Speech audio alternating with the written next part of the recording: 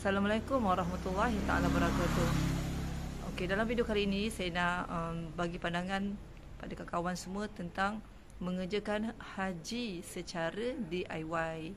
Kebiasaannya mengerjakan umrah secara DIY memang biasalah orang buat kan. Boleh je pergi macam orang pergi melancong tu kan. Dia pergi sendiri, cari rumah, cari penempatan penginapan sendiri, cari makan sendiri, pergi ke Masjid Nabawi, pergi tempat lawatan. Dia ada je taksi-taksi kat situ yang boleh bawa ke Madinah, ke Mekah dan sebagainya. Boleh tak buat haji secara DIY? Okey, kawan-kawan semua, saya tahun ni memang alhamdulillah dah selesai pun buat haji secara DIY. So saya nak bagi pandangan mula-mula sekali mengerjakan haji secara DIY ni. Ada yang mengatakan tak boleh sebab apa? Kena ada permit haji. Memang kawan-kawan semua nak pergi menunaikan haji mesti menggunakan permit haji. Tapi itu adalah salah satu syarat yang dikenakan oleh pihak Saudi. Dan lain-lain tu tak ada yang penting. Yang penting kena permit haji. Bayangkan ada juga orang yang, kalau kita tengok orang yang pergi berjalan kaki tu kan, daripada negaranya, contoh Indonesia, dia buat jalan kaki nak pergi haji. Ada yang naik basikal sampai ke ni untuk buat haji kan, ada kan. So itu pun saya tak terfikir juga macam mana dia punya permit haji. Wallahualam lah, mungkin ada diuruskan. So yang saya pergi ni secara DIY ni tak ada permit haji. Secara visa turis. Visa turis ni dia valid selama 1 tahun. Bulan 12 dulu kan saya pernah buat umrah. Jadi kali ni sebenarnya pun nak pergi secara DIY ni pun saya sebenarnya tak sangka, sesuatu yang tak sangka. Pada saya, bila sampai ke rumah Allah tu, ke Mekah, ke Madinah, pandangan saya adalah itu adalah jemputan daripada Allah SWT. Sebenarnya kami pergi, saya dan suami pergi. Dia sebelum tu balik dia, masa bulan Ramadan tu macam cakap-cakap je, macam saya tu pun tak tahulah tak. Tapi suami saya memang berniat bersungguh-sungguh nak pergi untuk ni, sebab suami saya dah pernah pergi buat haji tahun 2018. So kali ni dia nak bawa saya pergilah. Saya pun dalam hati tu rasa semua orang muslimah sangat-sangat teringin nak pergi menunaikan haji kan. Tapi kita pun tahulah keadaan kita, kemampuan kita dari segi kewangan terutamanya kan.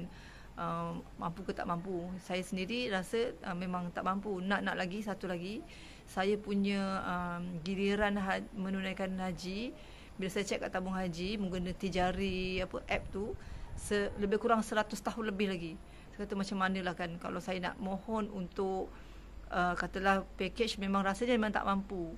Sebab package saja nilainya lebih kurang 50,000 lebih. 50,000 kan. Kalau tunggu giliran pun agaknya dah meninggal. Dah meninggal pun tak nian. Kalau saya nak merayu pun dia punya kos pun memang tinggi juga, lebih kurang 30,000 kan.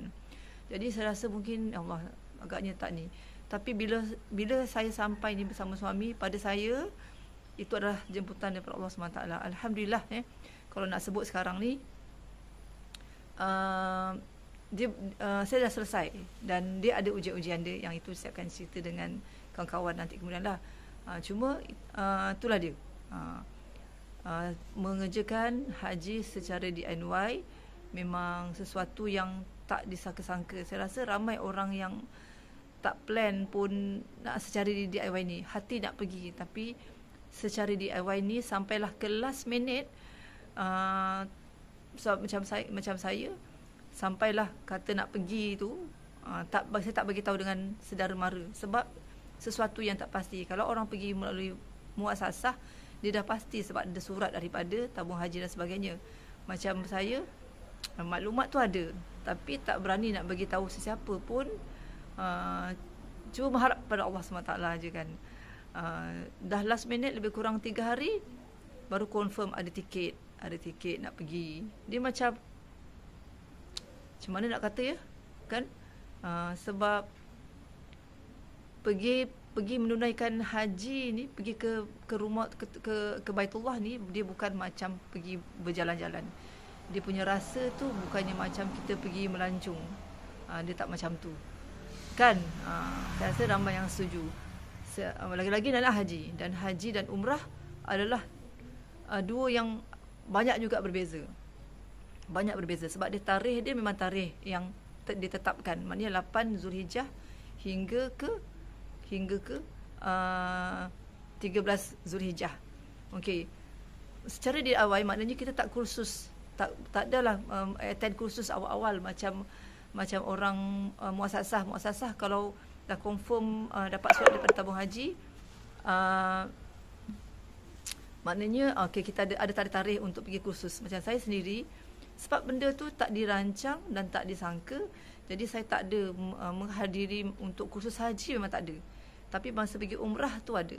Jadi macam mana nak dapatkan ilmu untuk pergi haji? Sebab bila kita nak beribadah, kita tak boleh main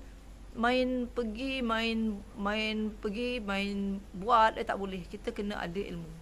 Jadi apa yang kita kena buat? Jadi sebelum tu bila dah dengar kata macam plan nak pergi tu, dia plan dia macam dah sebut sebulan tu, tapi macam ya tak ya. Jadi saya tak adalah macam prepare bag pun tak ada ni. Dah seminggu lagi nak pergi pun bag tak buka lagi. Sebab apa? Tiket tak ada. Bila tiket tak ada, kita tak pasti kan.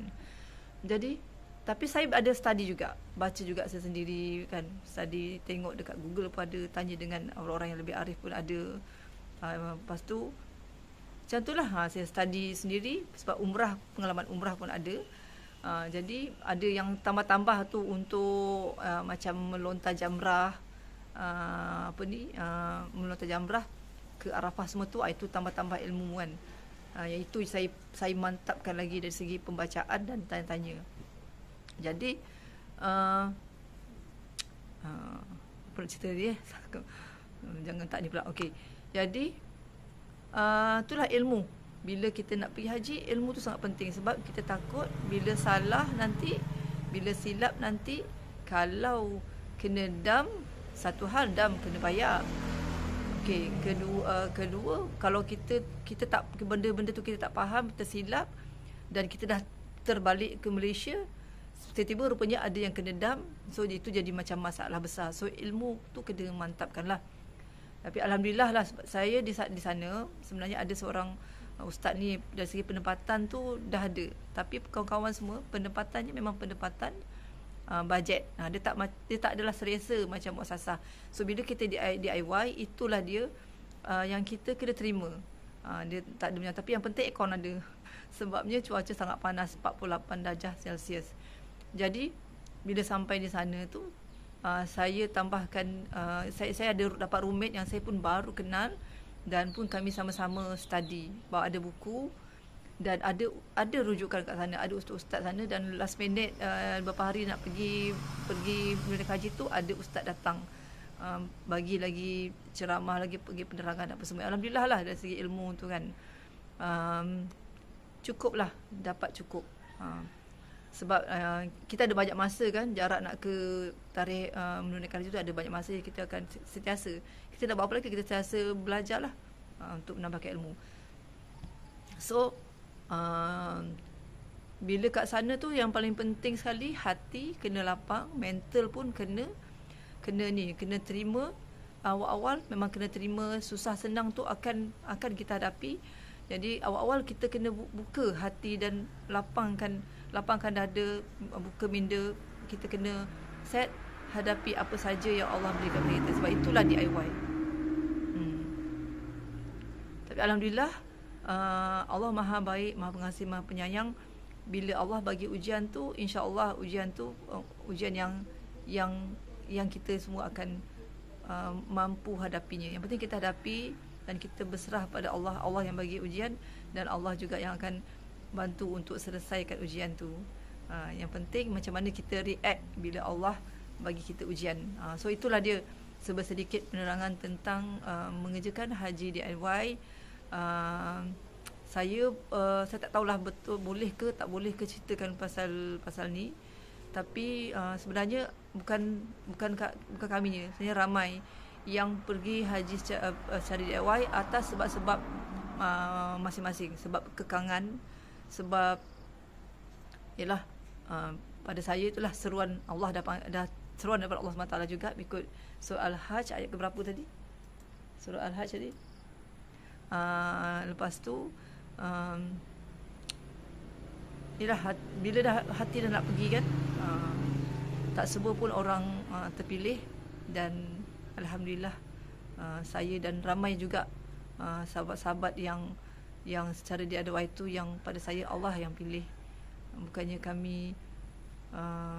Dia memang tak sangka ya kawan, memang tak sangka. Tak ada siapa pun kat sana yang saya kenal tu yang dia orang sangka dia orang akan sampai dan buat haji secara DIY yang penuh dengan cabarannya masing-masing. Jadi saya tak tahulah dah habis cerita ke belum pun tentang ni. Kalau kawan-kawan nak tahu lagi, bolehlah bagi soalan dekat komen. Saya banyak lagi benda yang saya nak share dengan kawan-kawan semua. InsyaAllah kita jumpa lagi pada cerita tentang menunaikan haji secara DIY dan video-video saya selepas ini. Jadi maafkan saya, doakan saya. Assalamualaikum warahmatullahi taala wabarakatuh. Ila liqa.